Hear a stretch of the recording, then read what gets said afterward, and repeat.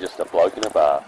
What is up, ladies and gentlemen? Welcome to a new show this year. That is right. We've got a brand new show, and we're going to have a new show on Thursday as well. So basically, the plan this year is a show essentially every day. Monday is the review show.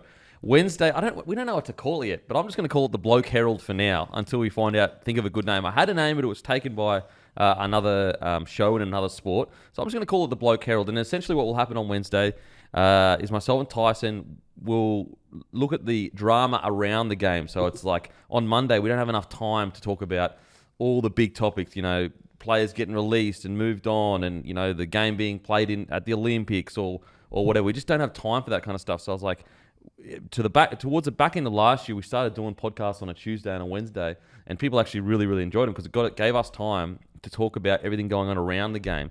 So I thought, you know what, Wednesday, have myself and Tyson in here, and potentially someone else. We're still working out the third person, but the good thing about Tyson being here is you've got all the connections, so you can call around in Code Sports, get all the insights, get all the goss, get what's going on, all the mail. So that will be the Wednesday show. Thursday show, you'll see tomorrow who the brand new co-hosts are. That'll be an NRL preview show. You're going to be very excited with that. And then obviously Friday is Packer Up Boys, myself, Tommy Bomb, Maddie, and potentially someone else, but at this stage, no one. So basically, Bloke Sport, the network. You're going to have new, different talent every single day of the week. Tuesday might be player interviews most likely, or at least guest interviews. But anyway, I thought, you know what? With such big news yesterday, let's get the Bloke Herald started. I'll just call it that. Now, it's all brought to you by Lontel, guys. Do not forget, if you sign up to Lontel Internet today, you have a chance to win $1,000 cash, and also you get the best internet. So be a good bloke. Tell your mates. With Lontel, you can log into the portal. You go to My Account. You create your own referral code. Tell your mum, tell your neighbour, tell your sister, tell the footy team. Anyone that uses your code gets 7 days free, a $25 credit, and you get $50 cash. Or you can keep it as credit, or Lontel will actually give you the cash. Guys, it's the best. Trust me, you will not be disappointed when you give it a try. So all of that, and also when people sign up, they don't even need to have a contract or a credit card to get that offer. They get a free trial to see how it is. If they don't like it, boom, they can go try something else, go back to their old internet. It takes you 2 seconds. If you've already created the account but you haven't actually fully connected, give them a call. They will get it done in literally less than 5 minutes. I mean, at least that's what was the case. They've won best customer service in the country many years in a row. Give it a try. Massive shout out to Lontel. But Tyson, how you going, brother? I'm good. You didn't want to call it Bloke 360? Bloke 180, maybe? Yeah, maybe Bloke 180. We'll see. You know what? Whatever the people want to call it, we'll call it. But I'll go with the Bloke Herald for now until we're told to change it. Then I'll change it to something like the Bloke Telegraph, and we'll just keep going until we settle on something. No, I'm very happy to be here, man. Thanks for having me. And yeah, it's a great platform, I guess, to talk about all things rugby league. And yesterday, like you said, was such a crazy day. Probably the craziest day of the year so far when you think about how big of a change things took with Zac Lomax. And of course, there's all this other news happening as well, which tends to get lost in the mix. But I guess now we've got a chance to talk about kind of everything around the game and probably disagree on a couple of things as well. I hope so. And just quickly for the audience, you play a bit of rugby league, don't you, yourself? I did, yeah. Through the juniors and that, I was part of SG Ball Systems and what systems were you part of? So I started with the Sharks. So I actually played rugby union from 10 till 16. I played in the first 15 when I was 16 at Trinity at Summer Hill. And from there I said to my coach, actually, I said, I'd love to give league a go. Never played league before in my life. And he was like, oh, Sharks do open trials for SG Ball. I remember I got to the Sharks trial and I look over and there's 30 kids sitting there with all Sharks polos. And I said to one of the coaches, I said, who are they? That's not the NRL squad. They're a bit young. Yeah. So they're the kids already in the squad. Oh, there's not many of us. There's 4 teams of us. There's not going to be many that got in. Oh my God. But no, I got in and it was so good there. I learned so much so quickly. I was in the SG Ball squad, played a few development games, and then kind of COVID hit that the end of that first, so 2020 March. Then the end of the year, SG Ball happens again. They've actually moved the year, so now I've got 2 years left of SG Ball. I was with the Dragons for 2 years, and that was awesome. Went back, I signed a contract with rugby union again. I didn't enjoy it as much. Came back to give league a crack with the Bulldogs. Did the preseason with their Jersey Flegg team under Josh Jackson. didn't really work out. It was very hard, and they ended up winning the comp that year. Yeah. Couldn't find a spot for Tice. Yep. But yeah, played a bit of Sydney Shield at Right Eastwood, and now just A grade at DLSL Carrying Bar. So you love it. Absolutely love it. Yeah, I'm trying. I don't know. I definitely don't have long left. Yeah.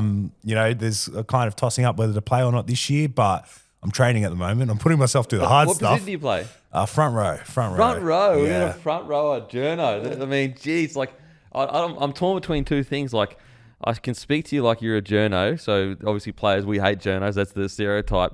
But then you're also a front rower and a winger speaking to a front rower like that. I don't know if I'm allowed to do that. This is groundbreaking This stuff. is groundbreaking. I'm so confused right now. Oh man, that's a tough one, mate. Okay, well, yeah, just so that the audience know you do play rugby league. You understand it, you get it, you're amongst I have a little bit of experience, Yeah. I'm not talking out of term, I don't Now, think. any players that you played with that are playing first grade now? Well, Sawali was the first one. We did a bit of rep stuff with Sawali. That was more through Union.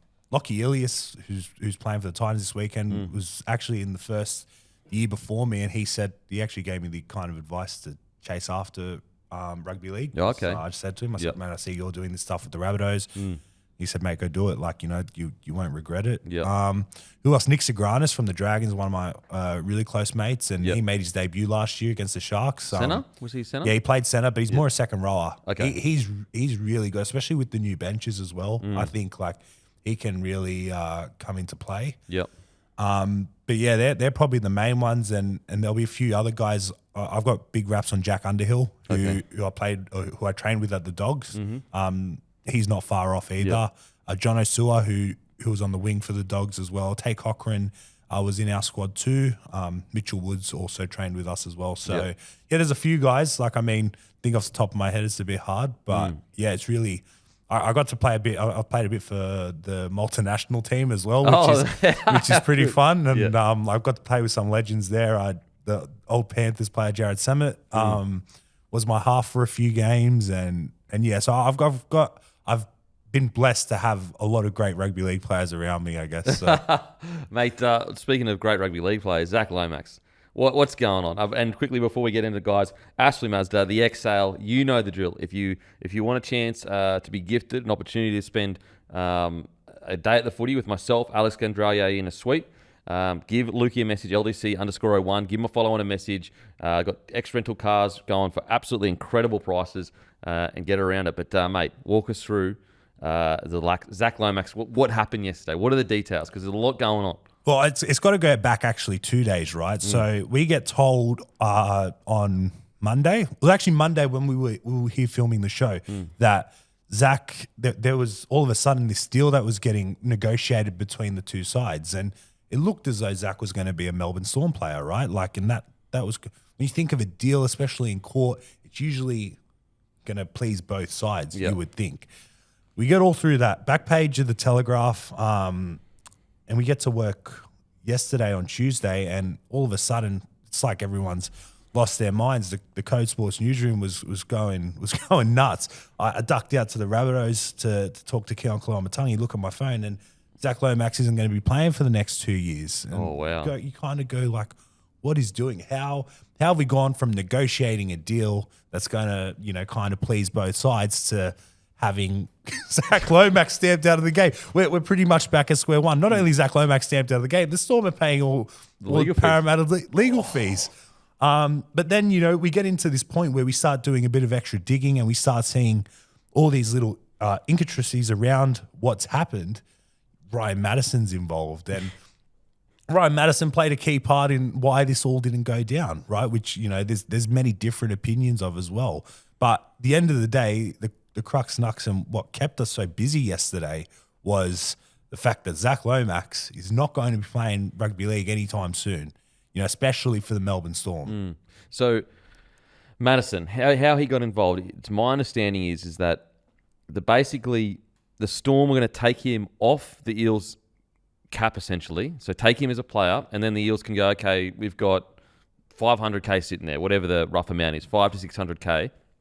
I have to remember, I'm assuming when Maddo signed the contract, he was close to Origin. So, we've got to remember the tier of player Maddo was before, obviously, this new, I guess, era at the Eels.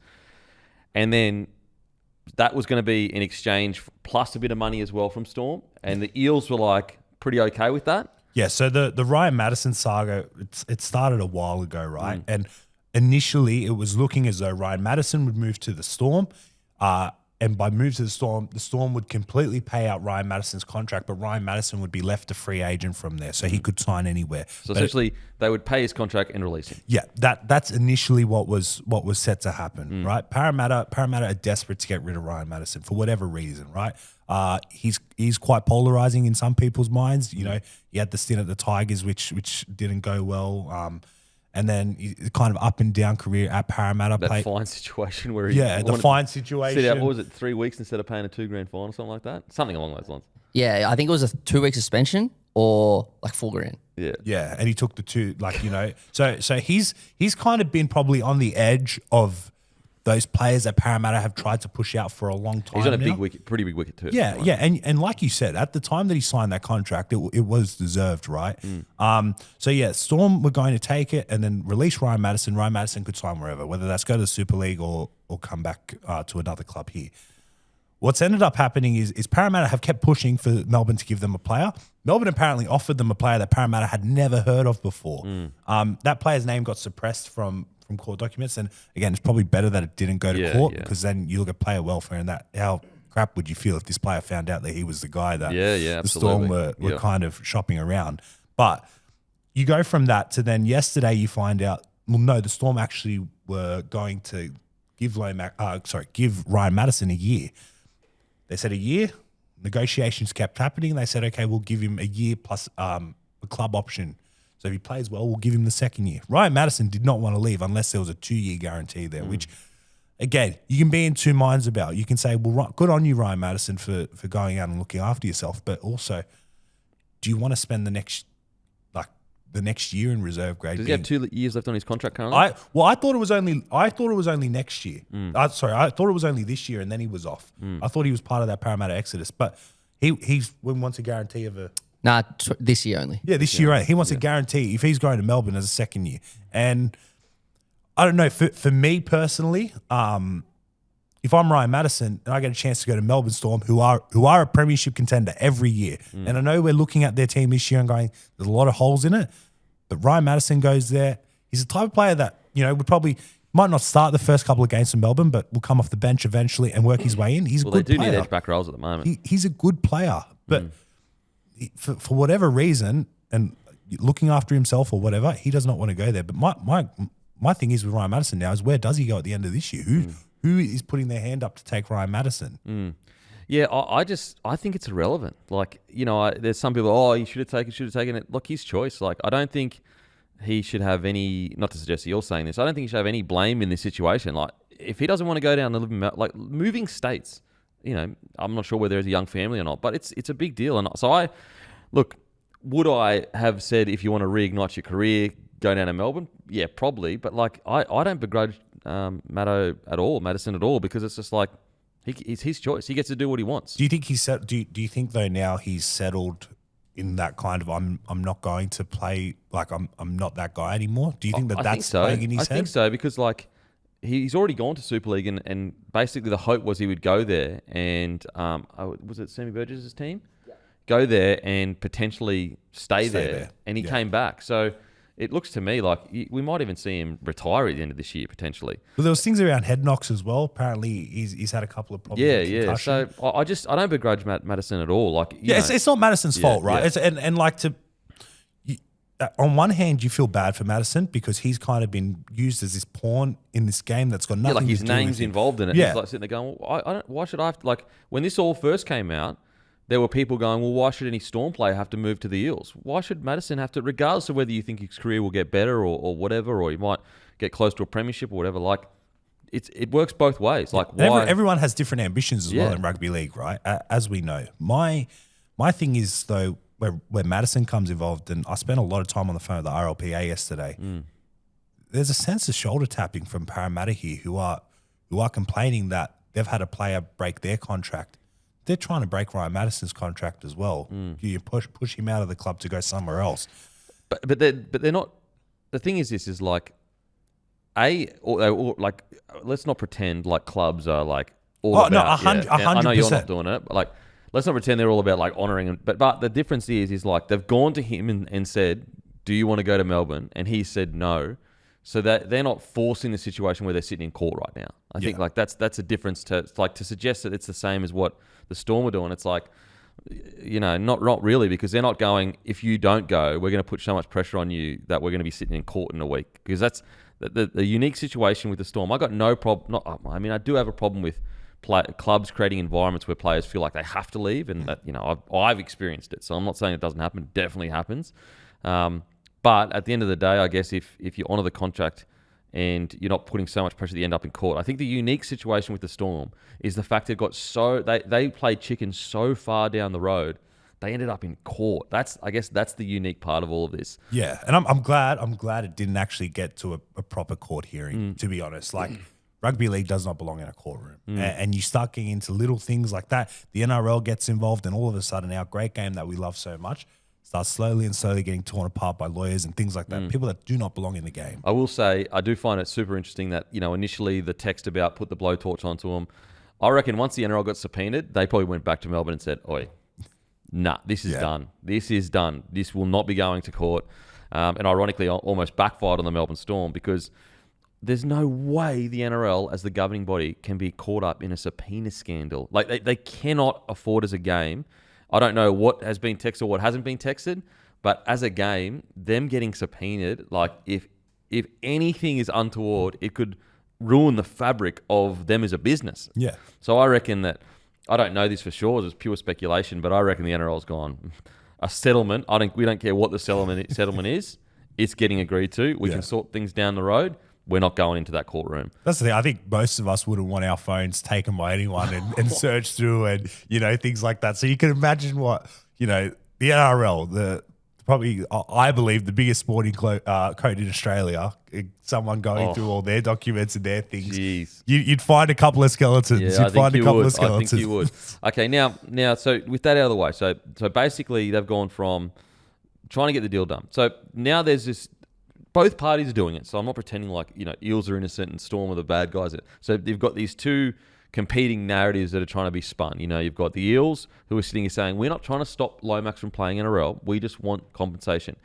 And then you've got the Storm releasing that, $750,000 was offered, which seems like a lot of money. So I just want to get to the bottom of that.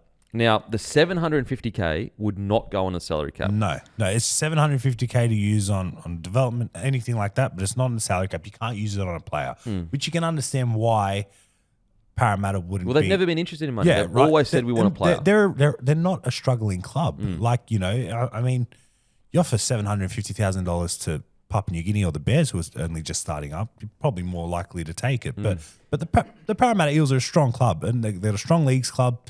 They've got money. They don't need money. And I think that's what made the Ryan Madison deal so appealing to them. We get rid of Madison, at least we've got money to use on another player. Yeah. But even the $750K, let's say you could use that on the cap. Who do they buy? There is no one on the market right now. You still have to wait November 1 this year, and then you wait for those players the year after to get those really high-class players, those high-quality players that they need. Yeah. So the $750K, it's kind of irrelevant. Like, it's a bit of a red herring. Like, I know I've seen, because I just wrote down a few notes here, because I've seen a few people go, the Eels are, like in the comment section when we put up that post, and it had its desired effect. The 750K is there. There's a lot of people in rugby league that think, $750K, they can go and use that for a player. That is not for a player. And so I saw a few comments like, they should just take it. They got nothing for Lomax now. But so I wrote down a few dot points, because I just don't agree with that opinion whatsoever. First of all, let's say, what they're trying to do is get a like-for-like player, or at the very least, a like-for-like salary in their salary cap to get a like-for-like player at the Eels. Let's say they were to swap a like-for-like player and get him at the club. You reckon they're not going to earn more than $750K for the year if they make the 8? Because that's the position the Eels are in right now. If they were to get an origin-level player that they wanted, they could go from coming 9th to 6th. That's the difference it makes. And also, for example, how much money do you reckon the Eels would pay to have that 2009 premiership in their trophy cabinet? Oh, yeah, I think more than $750K. More than 7. And I'm not. What I'm saying is no amount of money can exchange winning a premiership or a certain amount of money, I guess you'd be willing to like not make the 8, but that's where the Eels are at right now. An Origin level player would potentially put them in the top 8. They would generate way more revenue in ticket sales, jersey sales if they make the 8 this year. Yeah, and they're in desperate need of an outside back. Their team, when their team got announced yesterday, they're okay. They're around that 8th to 11th probably spot at the moment. They get someone in of Zac Lomax's caliber. That does change for them. And so they make the 8. So they earn more revenue than the 750K. Plus they also have an Origin level player contracted at the club now. On top of all that, so like people go, oh, they got nothing for him. No, right now they have one of the best assets in the game to trade for the next 2 years until 2028. Like this idea that they got nothing for him, like who's to say he can't go to another club? Like there's going to be a club. Like the only reason there was so much pressure put on this whole situation was because Melbourne and he wanted to go to Melbourne. Like I know they've tried. There's been this narrative try to be pushed of like, oh, Melbourne's the only one interested. Come on, you're telling me if Lomax said I'm interested to go anywhere in the NRL, there wouldn't be a lot of clubs calling, at least 5 to 6 clubs. I think there would be. So right now, with Lomax still under contract and they can't go anywhere without their consent, they have one of the best outside backs in the game and most unique outside backs in the game, ready to trade with a club, boom, like that, if he stays around and wants to play NRL. On top of that, like, I think that the idea that, you know, the Storm haven't pushed this now, surely that's been put together. Anyone that's listened to this podcast for a very long time know how much of a fan of the Storm I am. And I still am a fan of the Storm. But my big concern now is like the players are the ones that bear the brunt of decisions of people above them. Like it's not the CEO and the administration that have pushed this far trying to get Lomax to the club. They don't get booed when they run out. Like they don't get the messages and the DMs and everything like that. It's the players that don't have any say in this decision now for the Melbourne Storm that get absolutely peppered for decisions above them. And so, yeah, like, there's been some other people that have talked about how Eels did this to Dragons. It's literally the opposite because the Eels and the Dragons both consented to the agreement. That's the key fact here, is that parties did not agree to terms. That's the opposite of two parties agreeing to terms. Yeah. It's not the same as the Dragons. And spare me, like, you're telling me the Dragons didn't want him to move on by the end of that contract? Come on. And also, like, when the Eels did sign him, he hadn't gone on his crazy form run yet. He was like round 6 or something like that, and then he went on to make Origin after that point. And so, yeah, I just think this idea that the Eels are being petty or whatever, it's like, no, they've got one of the best assets in the game to trade. If they were to get an Origin level player, they could potentially make the 8. They would generate way more money than $750K a year. Like even if you add up, let's say they go on a run towards the back end of the year, add up all the ticket sales that they would get from that run. So again, I just wanted to point that out because I understand the machine's working on both sides to paint both parties in the best light possible, and I get it. Like it's a business, all that good stuff. But this idea that the Eels should just give in to the pressure and go, oh yeah, give us $750K or whatever. And also like the fact that the Eels were open to Madison going shows that they were being reasonable. They just wanted the cap. And you know what else is crazy about that too, because you alluded to it, is even if they were to get Madison's money next year of what, just say $600K, that still can't be used for another year or two. Like that's why it was so generous that when they did allow Lomax to leave, you've got to understand, salary caps, they are not planned year on year. They are like planned 5 years out. So for them to go, this one guy that we've built essentially our outside back salary cap around, he wants to leave and we have him signed for 4 years. Now we have to like replan the next 4 or 5 years. Do we go with a young guy coming through? Do we be patient? Is there a possibility of making the 8 now? Do we go, you know what I mean? Like there's so many questions. So this idea that like, even if they had have given them Madison and Madison had been okay with going, they're still behind the 8 ball in regards to like their planning. You're telling me, I mean, the whole point was they want a similar level player to Zac Lomax. So I just, and the idea that, oh, well, they should just take him back. It's like, come on. First of all, like, then they've already, by him leaving and releasing that money for them, they've already gone out and bought people. They're probably in the market now for Barnett, which we'll get to later. Like, there's just so many reasons why the Eels have probably, I think they've played this perfectly. Like, I really think that there's very hard for me to find very many negatives with the way the Eels have handled this. And unfortunately for the Storm, I said it when it all happened, and I want to be clear, it's not the players that deserve the brunt for this, but it's the people that make these calls. But they should have walked away as soon as they realised the Eels they're not backing down. Because now, I just think that the worst thing for the Storm is they've got to pay the league fees, even though they don't care about 250 grand, that's nothing to them. But now, not that they will care, but now if any club ever comes to them and says, we want this player and that player wants to leave, if they don't release them and they say, here's 250K, if they don't release him, they're going to look like hypocrites. So it's just like, even though they don't care about that, but anyway, that's my dot points I wanted to get in regards to, whether the Eels should have released him, in my opinion. Yeah, and I think they're all valid points, and I tend to agree with you on most of them. The only things you got to look at, like you said, it's not the players' fault. I think Zac Lomax does have a bit of fault in this. Obviously, he wants to break a contract, but there's a lot of people that are cheering that this bloke doesn't have a job right now, and I think that's pretty shitty. Like, well, to be fair, he has a job. He had an offer from rugby union. Like, he's choosing not to go. To play union. I understand that, but he would like to play league, right? That's what he wants to do. I know he wants to go R360 for the money. This is what's crazy though. He signed with R360 when he was told there'd be a 10-year ban. So forget all the playing for Storm and coming back. When they were going to go, sorry, he didn't sign. He was about to sign.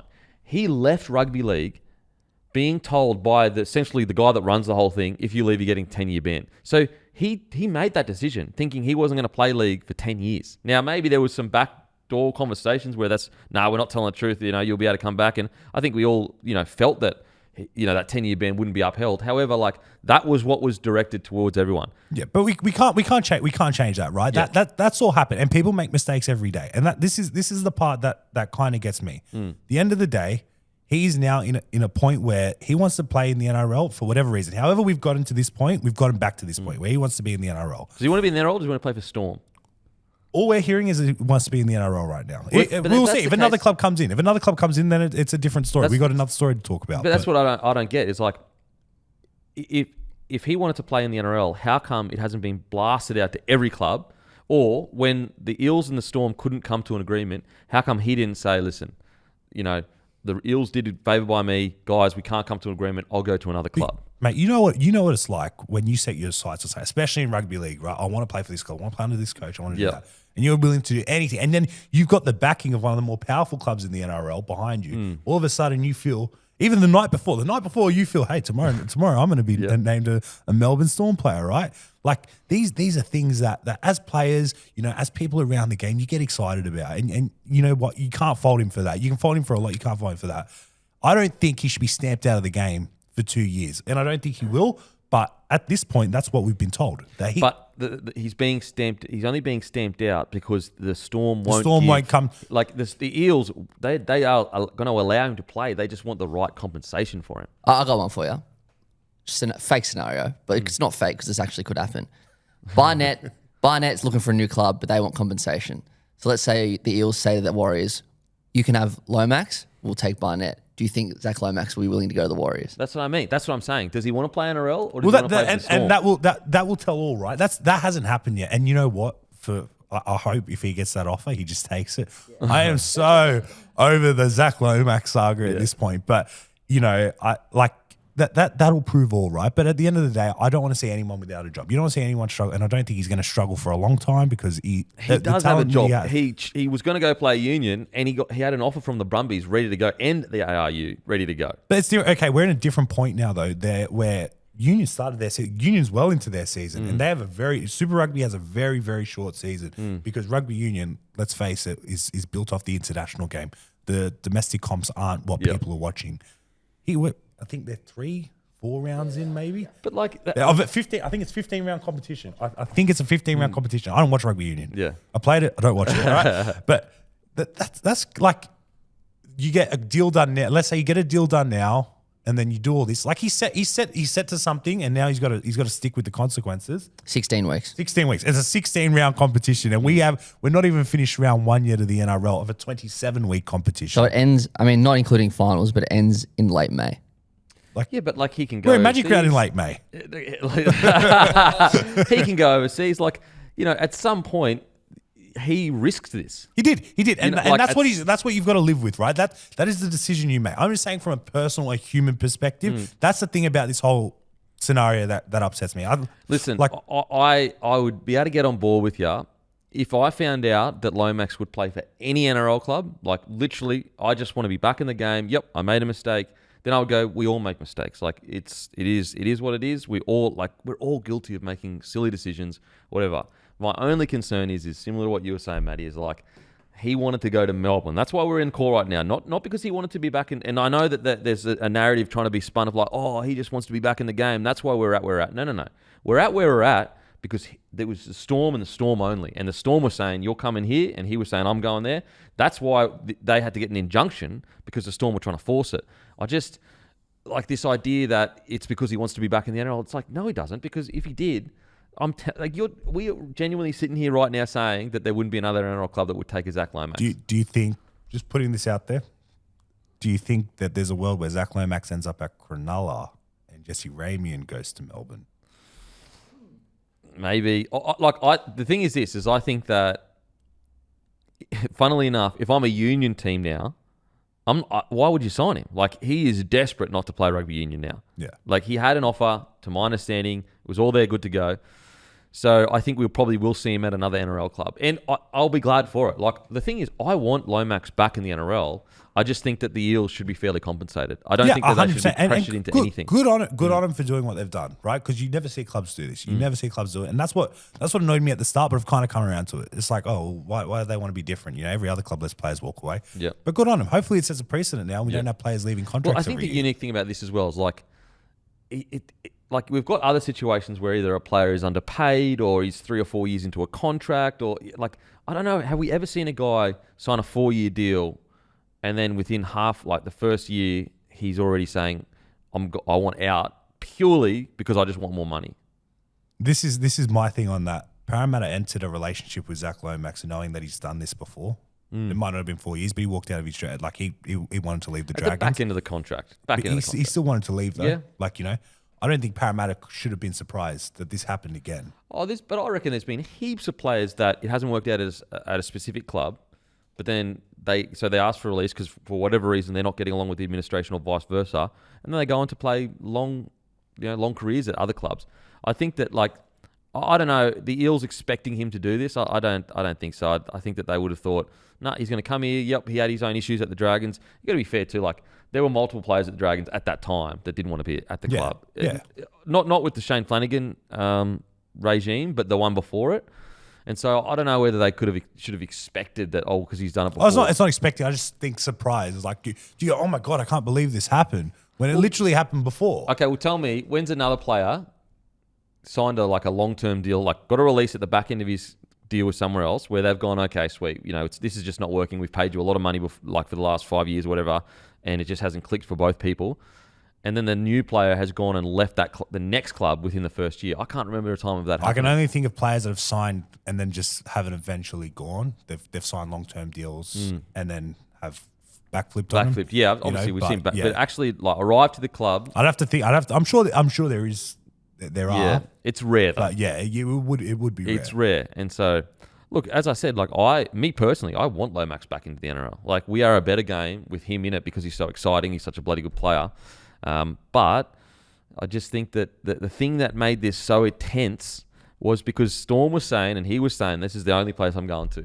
I think that there's a lot of other clubs that would say, he's an edge back rower or a front rower or whatever, and he's we'll take this. Like, for example, I'll just randomly, like, maybe Madison would move to Queensland. Like, I hate to put this on Madison because it's like, it's not his fault, but maybe he just doesn't want to move to Melbourne. Like, maybe if a North Queensland or the Gold Coast or Brisbane or a Sydney club said, yeah, we'll take Maddo, if you give us, you know what I'm saying? Like, a Parramatta now proactive. Do you think Parramatta now proactive for sure in trying to get rid of Lomax and Madison? Oh, I think they've been trying to get rid of Madison. You'd have to think that'd be a package deal now, though, if it makes more appealing. Because potentially, there's not. They've been, like you said, they've been trying to get rid of him for a while. There's not a lineup of clubs that are looking for Ryan Madison right now. I think they'd be aggressive with Lomax for sure. Yeah, I think they'd be aggressive with Lomax for sure. But I don't know. I can't find much fault with the Eels. Like, I especially once you, like, I know that the Madison thing is almost like, some people believe that makes the Eels look bad. I actually think that makes the Eels look even more like they're telling the truth. Like, they want either an equivalent player or that amount of money in the salary cap ready to go to buy someone else. Matty, what are your thoughts, mate? Do you have any sympathy with the Storm and how it's been handled? Or? Zero with the Storm. Have some for Lomax. We all make mistakes, but And he's a human being. Yeah, no. 'Cause I understand what you're saying with that. Like, he is a human being. Yeah, I have some sympathy for Lomax. I have no doubt he thinks he's screwed up here, but what I think will make him save face is that example I used before was a random one. If he just goes to another NRL club and he's happy to go to any club, and he does, then I think everybody wins. Yeah. Not the Storm, but look, no offense, Storm. Don't need him. I'm not too sympathetic for Melbourne. Oh, and just to be clear, because people go, see, the only reason why everyone's angry is because the Storm were a good club. And no, it has nothing to do with that. It's that the Storm couldn't offer what the Just Eels give him wanted. a player. That's what they wanted. And they said no. So that's it. Deal done. Who do you give up? Like, if you're Melbourne, who are you giving up? Don't go in for him then. Don't go in for Lomax then. No, but like, let's be honest. Yeah, who do you give up for Zac Lomax? Like, I'm not trading Stefano. So the only like for like in the whole squad is Xavier Coates, and he's not going in a billion years. No. So Like, Howarth, even though if I'm Storm, I'm not giving up Howarth because he's a 10-year player. But do Parramatta accept Howarth? I think they would. I think Howarth. Howarth's on the fringe of Origin, and he's an edge back rower centre. I think they'd accept Howarth. And I actually think, I think Howarth would be a win for the Eels in regards to because they're not going to get like for like, because every other club that has an Origin top tier player, put it this way, the fact that they were going to allow Madison to go and just free up his salary cap suggests to me the Eels, they say they want a like for like, but they'd settle for less because clearly Madison is not a like for like right now, and even his salary wouldn't be a like for like. I'd be surprised, but I doubt he's on $750,000 a year at the moment. Madison, I think it's I don't know. Probably closer to 600, I'd say. Yeah. But also, let's say he is on $700K. That's still not like for like because they're going to have to wait a year to spend that. It's going to be next year that they get the benefits for that. Yeah, there's no one on the market at the moment. So it's like they say like for like, but really they are taking a little bit of a hit anyway. Yeah, they just need the money. They need the money and they need to wait. They're like Jonah Pezzett's only here till the end of the year. Like they could go after another half if they find that Joash Papali hasn't kicked on like they've said. Yep. There's a lot of moving parts, like you said, planning for advance rather than planning for right now. But also, think about how when they go into negotiations now, they have this asset that is Lomax just sitting there. We got unless he goes and plays union or whatever, but they go to a club now, and there's a guy that may not be happy or whatever. That Lomax is a massive trump card, massive. There's so many clubs that, because at the end of the day, yes, okay, there's people will go, well, why would you want Lomax at your club with the history or whatever? Short-term deals. But in saying that, I do think, maybe I'm being a bit naive here, but I feel like Lomax would have learned his lesson by now. Gone, okay, you know what? With all this mess, surely. You'd have to. I've met Lomax multiple times. He's not a bad bloke. He's not a bad bloke. Just a normal bloke, great footy player. So anyway. Now, in regards to other people off contract being released, Mitch Barnett will leave New Zealand Warriors at the end of 2026 to return to Australia for family reasons. So his child is currently... Yeah, the release said he needs to be near he has more access to care for his child and wants to be closer to family. Which is I will say, and I know, there's a lot of Warriors fans who go, oh, how many people have left us with compassionate grounds or whatever. But for him to come out and say that, he's giving, I feel like that's a very private thing to publicly say. Exactly. And I think that for him to say this very extremely, extremely personal and private thing is the reason why I'm leaving. I think that that's his way of saying to the Warriors fans, this matters to me. I'm going to give you this really private piece of information that, honestly, it hurts me hard even thinking about that with a child, with my own kid. I'm going to give you this really private piece of information that technically I could have just said compassionate grounds and no one would question me.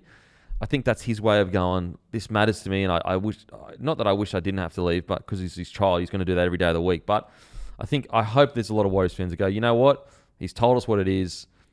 Who can begrudge a man wanting to have better care for his child? And also, if you've got kids, having family around close by, I cannot stress. We don't have much family around close by. My wife's parents live in Canberra. I've got my sister that lives in Sydney, but she's got her own kids, so she's full on with that in her own job, obviously. So we don't have my parents nearby and all that kind of stuff.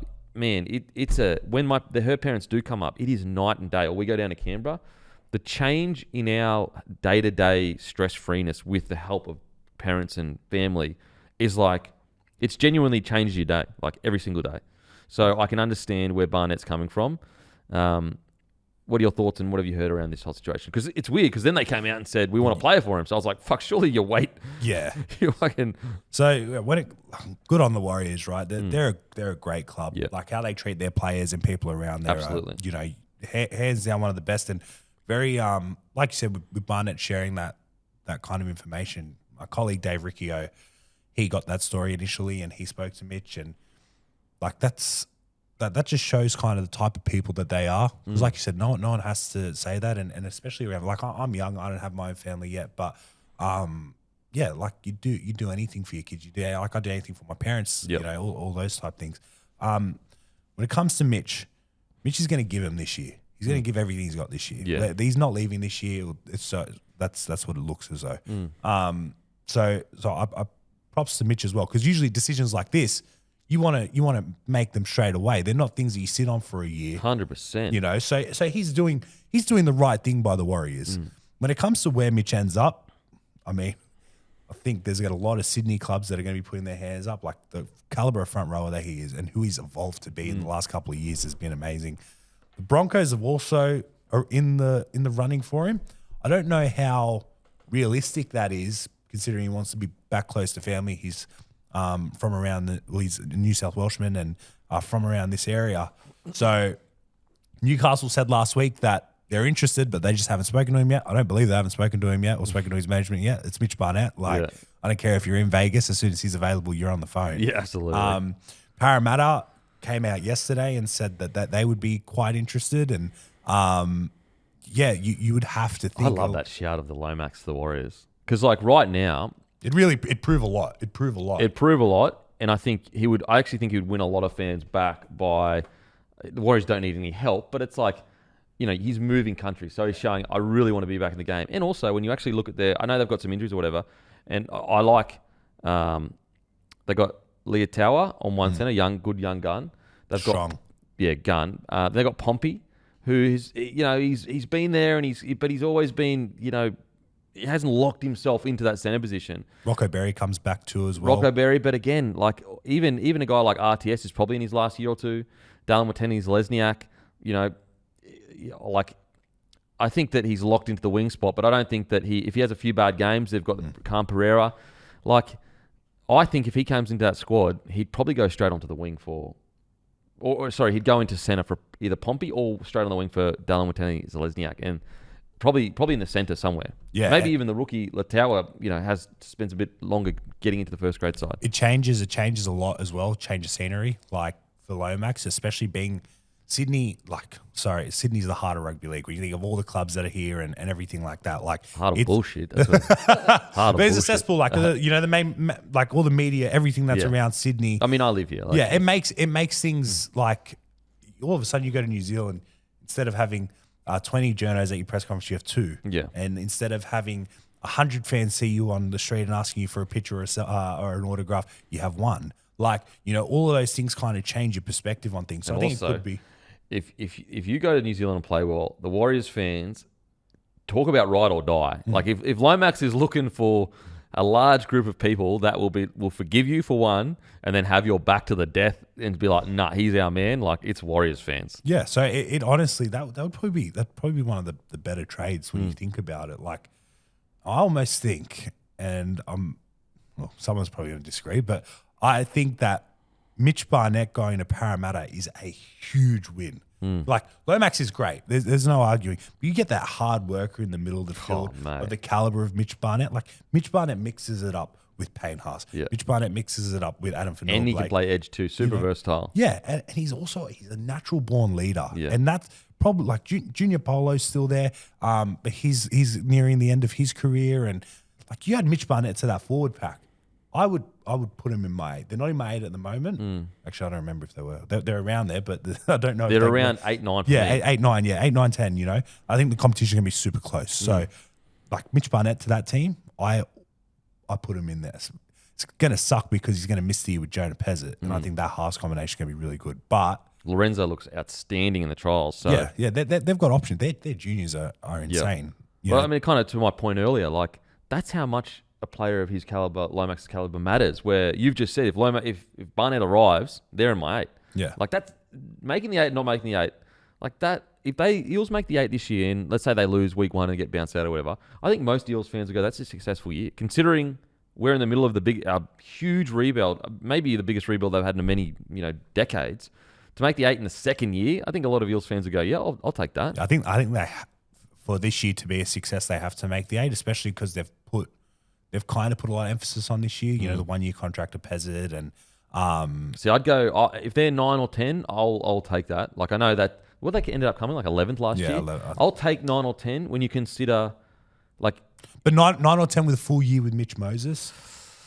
I have Mitch Moses and Nathan Cleary is the best. Mitchell Moses is 1.5. Yeah, I see what you're saying, but I'm just thinking more of a like progressive, like to think of how much they have cleaned that roster out as a club 100%. moving in the right direction.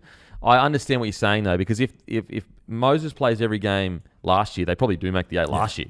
So I get what you're saying. They're not. They're also not. They're not a team. They're not like Newcastle were climbing from dead last. It's not like the Tigers the year before climbing from dead last. Where you can kind of justify a 13th, a 12th as a successful year. I think with Parramatta, you've got to set the bar a little bit higher because they have the likes of Mitchell Moses. They have the likes of Jonah Pezzett. Isaiah Yongi is an absolute talent. Fox. You know, When Fox is there, like I forgot how good Josh Adokar was until he came to Parramatta. He's been so good for him. Underutilized at the Dogs, I think, and like the Dogs would probably use him as well. Like he would be, if he was in that Dogs team, their attack looks very different. See, I reckon the Dogs just looked at it and said he's on a massive wicket. Probably. And we got to. He's like you said.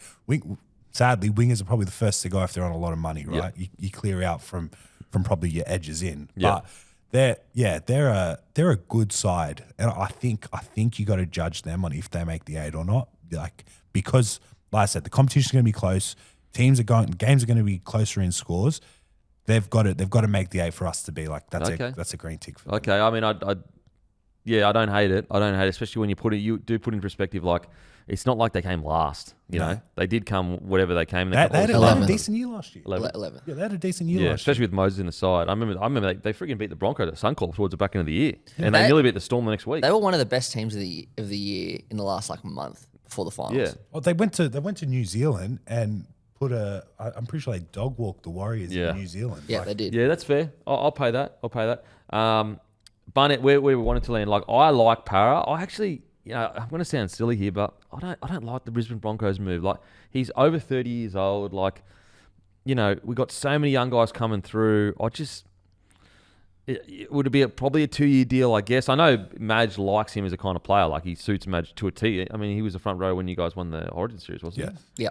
I don't know. Like, I mean, it'd be great. It'd be awesome. Payne Haas, Barnett, but I just think he's probably going to get anywhere close to like $800 to $1 million at these other clubs.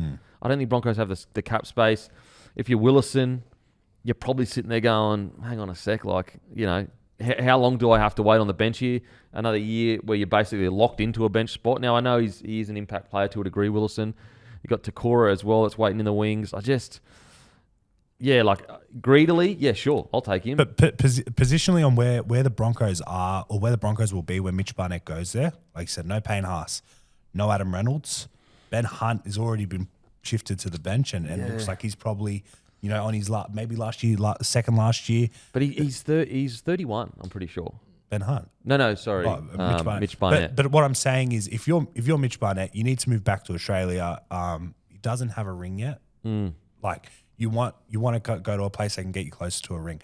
The Broncos are here at the moment. They're not going to go through a huge rebuild, but they're going to they have to put another half in, which is Jonah Pezzett, and it's not going to click straight away. Like it never does. It's going to take time. Like you can't expect these big players to leave the club and them to stay where they are.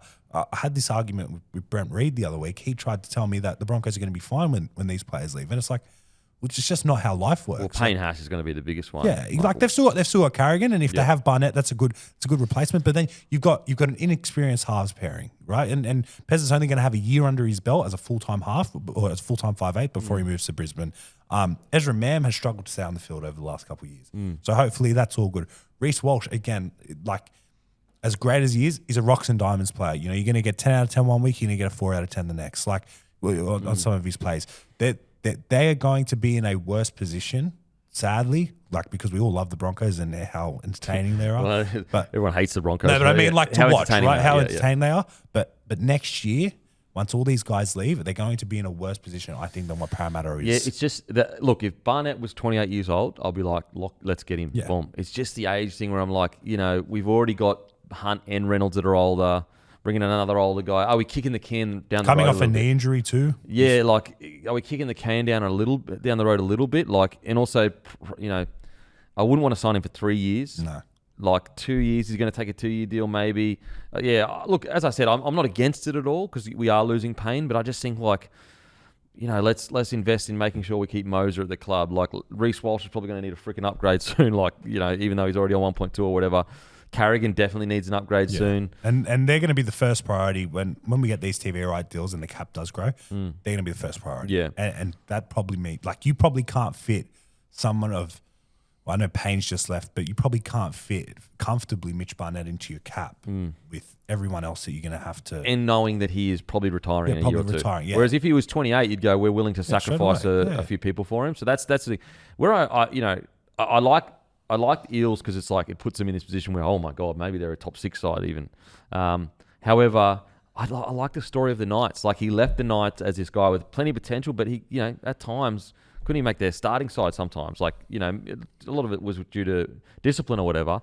But to go back there when they're desperate for a forward, an older forward to lead them around. I know they've got Jacob Saifidi and the Knights were quite good on the weekend. But I wouldn't mind the Knights. It's almost like a full circle moment. I said that he changes that Parramatta team. That Knights team goes from, and I know they were good on the weekend, but I still have them in my bottom 4. They're from bottom 4 to compete into the 8. And then a couple more years with Dylan Brown. Dylan Brown's more comfortable. Hopefully they can lock down Kalen, but who Trey knows? Mooney. Trey Mooney's getting better. He was very good on the weekend. Yeah. But he's going to keep getting better. So Saifidi still has legs under him as well. They all of a sudden get back to kind of where they were a couple of years ago as competing and they can shake up the 8. Yep.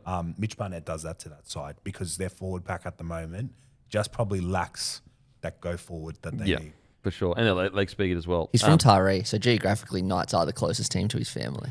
Yeah. Don't forget, guys, if you join Lontel, we're giving $1,000 away to one lucky person. It's free to join, contract free. Okay. Now, quickly, Cleary's at the judiciary. You were there at the judiciary when it all went down. Walk us through what happened. It was pretty nuts. I got there pretty early because I had to file on a couple other things. But then you try to get your news lines early because we're filing right on deadline, right? And talking to a couple people at the NRL, who's repping Nathan? Waiting for this big time lawyer to be announced.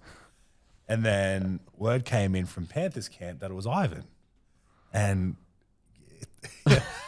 we kind of I mean, he's done a lot, but I don't know if he can put his lawyer hat on. And then you start looking up if Ivan's done it before.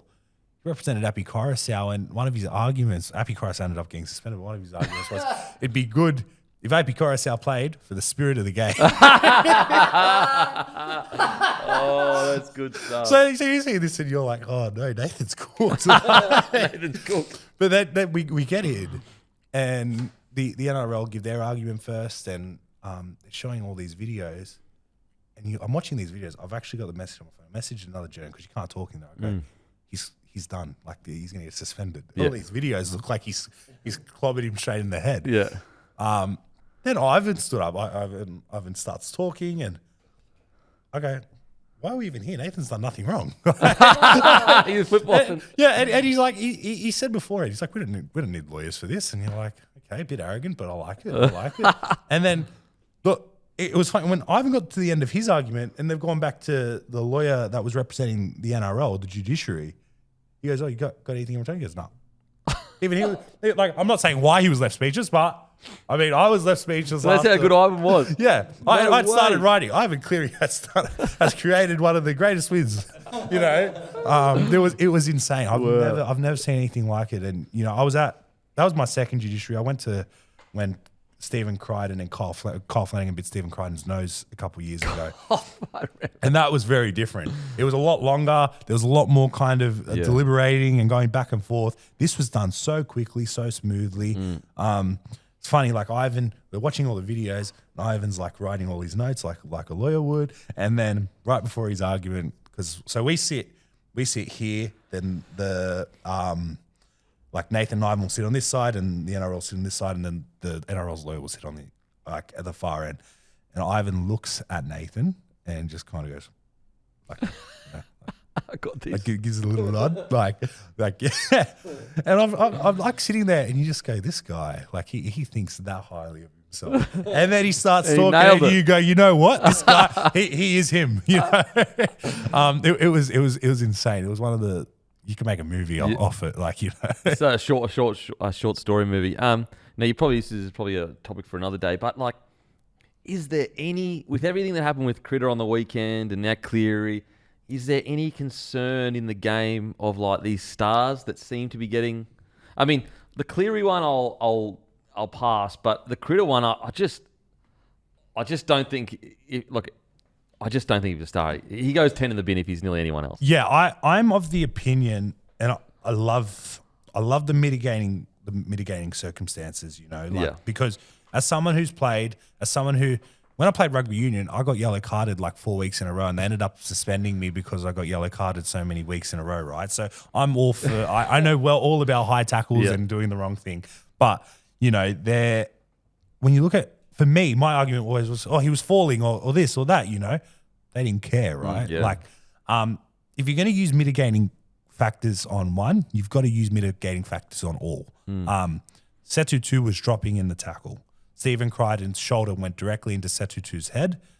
Could you say that if Stephen Crichton saw he was falling, he shouldn't have gone in like he did? Like, he went low, but the ball was catching, Crichton still wasn't there. Then there's that contact. Kalen Ponga, it wasn't as much of a dip in the game before. Kalen Ponga was slipping when Braden Burns hit him. I didn't think the Braden Burns hit was as bad. I think Braden Burns' bicep connected with Kalen Ponga's neck, and his shoulder actually completely missed his head. You know, so you got two different circumstances. Braden Burns gets 2 weeks. Stephen Crichton doesn't even get on the charge sheet. Nathan Cleary at least got on the charge sheet. And he got 10 in the bin. He got on the charge sheet, he got 10 in the bin. If we're going to look at mitigating, and again, Hamasi Makasini dropped the ball and was falling forward.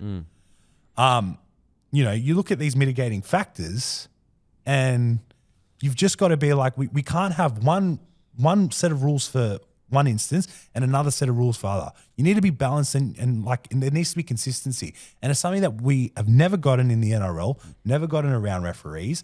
And like, to be honest, it leaves us having these conversations that really there's better things to talk about. But like, you can't, if you're a Dragons fan, you can't be thinking, we've got an affair rub of the green when he hasn't gone off for something that two other people have gone off for in the last 2 games before. And I'll say this as well, is like, although, yes, is it mitigating that Setutu was going to the ground? To a degree. Do people that catch the ball go to the ground regularly? Yes. So that's where I'm like, you know, for example, the Braden Burns one, like, you know, was the impact heavier? I'm not sure, but like, that's one where do players normally slip intentionally? Like, no, they don't. They slip accidentally. Yeah. It happens maybe once every 4 or 5 plays. Whereas like, when a player is catching a ball and there's got a kick chase, you saw Kalen Ponga do it a million times. They fall to the ground to not get picked up and driven back. So it's a surrender tackle. Yeah, it's part of the game. Happens all the time. Happens all the time. So I just, even though I thought it was incredible. What that's the thing. Love Critter, incredible player, superstar. He's not the one adjudicating the situation. No. And I would have been happy. I would have been happy if he was just on the charge sheet, because then you go, you know what? At least the NRL's they're taking over these things. When he wasn't on the charge, that's when I was like, that's why we've got this. That's why we've got this as a story. Right? This is why we're talking about this. He's not on the charge sheet. When we've seen the last couple of weeks, we've seen Nathan Cleary go to a judiciary hearing from a trial game. Braden Burns is out for 2 weeks on a tackle that wasn't as bad. And Stephen Crichton does not even get a monetary fine. Yeah. Not even $1,000. It's like bizarre. And again, I know people are going to go, oh, come on, mate, he was nearly at the ground. But if you know what you're doing. Yeah. You know what you're doing. If you're a kick chaser, you know they're most likely going to drop to the ground as quickly as possible. And I'll tell you why they drop to the ground. It's so that, let's say I just stand like that and take the thing out. First of all, I'm opening myself up to get absolutely jammed. But also, they can pick me up and drag me back 10 meters, literally. There's 3 or 4 of them, and my main focus is the ball. So, like, I'm not sitting here saying I want Critter suspended or whatever. Not at all. I want our stars in the game. And I understand there is, like, some kind of, like, superstar tax we have to pay naturally as people. But sometimes it's like, I agree with you. Like the 10 in the bin, it should have been 10 in the bin. But if it's not, it's okay. It's in the heat of the moment. Okay, maybe he was falling, so that's, whatever. But they're not to be charged. It's like, wow, okay, now we're getting into really weird territory. It's like, and I don't want any player to get charged, right? Like we're playing rugby league, and anyone that's played goes, what happens on the field stays on the field. You know, like accidents happen. You're not going out there intentionally trying to take someone's head off, right? Of course. Unless you're a forward. Like these guys, but if you're going to charge one, you got to charge all. And at the end of the day, a shoulder to the head, direct contact with force is the same whether someone's falling or if someone's standing up high. You're still the same amount of force, still same, probably more level of injury, more risk of injury. Like there has to be a blanket rule. You either charge everyone or you don't charge anyone. Because he was the only player. It's not like there was 3 or 4 players that missed the charge sheet. He was the only player that missed the charge sheet. What do you reckon, matey? I personally think Burns' was worse because his feet left the ground. And I know he might have, like he didn't get him flush in the head. The shoulder didn't hit the head. The shoulder, it wasn't his shoulder that hit his head. It was his bicep. He still got him high. Though. Look, I'm okay with the Burns getting the charge and the 10 in the bin. But what I was going to say is Critter had to have been charged. Like that is just madness. Like I'm ambiguous on like whether Burns was worse or Critter was worse. Like it's okay, whatever. It doesn't really matter. My thing is like they weren't, regardless of what you think was worse. Rules are rules. They weren't so much. There weren't that much difference that he gets 2 weeks and 10 in the bin, and he gets no 10 in the bin and no weeks. Like even. Okay, what was worse, the Cleary one or the Critter one? I reckon the Critter one was worse than the Cleary one. Yeah. I tend to agree. And he was going to get 2 weeks. I know it was carryover, but he was going to get 2 weeks, and it was a trial, and also Makasini was dropping the ball. And also, it wasn't initial direct contact to the head. I know he ended up getting off or whatever, but did anyone disagree with the 10 in the bin? I don't think anyone did. No, I'm on the Ivan Cleary train, though, so like you have to. If you asked me 2 weeks ago, I could have had a different answer. So it's not really focused on the Critter. It's more just like, I get where the NRL are coming from. Like we have superstars, we're an entertainment business, and there always is going to be naturally. I know there's already going to be comments going, no, it should be the same for everyone. It should be, but that's just not life, bro. Unfortunately, that's not life. So I understand there's always going to be a bit of a superstar tax that we pay to a degree, but I just think that tax is too much at the moment. The tax went the other way for Burns as well. The fact he did it on Ponga, he was no chance staying on that field. Yeah, no chance. No chance. So I just think they're going to watch could be a superstar soon. You never know. You could have a maybe. breakout If this was in a year, maybe Critter's getting binned. $1 million winger one day, man. Who knows? 27. Same as Makasini. So I'll get deeper in that tomorrow in the preview as well because I've got plenty more to talk about. You've got to shoot, mate. But just before we do, Astley Mazda, guys, 2024 CX-5 G20 Max, 31,500 drive away, and the 2024 CX-3 Pure, 26,500 drive away, and you have a chance to be gifted a suite with myself, Alex Glendrauiaui, and Luke Camilleri, the car man, LDC_01. Give him a message. He can take care of you. And outside of that, Lontel, we've told you about. MberX, join our tipping comp, guys. Shout out to Ko. Massive shout out to Code Sports as well. Codesports.com.au. And you can give you a follow on Instagram as well. Yes. I actually don't know. I changed my Instagram handle, so let me... T-Dog. It's not T-Dog 2000. Yeah, Tyson_Jackson 15. You can get around it. T-Dog 2000. It had the year I was born in there, and my missus was like, please get that out. It has Tyson the Terminator. At Tyson the Terminator. Yes. Get around it. Get around it. Thanks so much, mate. Loved it. As I said, thanks to all our partners, guys. And we'll do the preview tomorrow.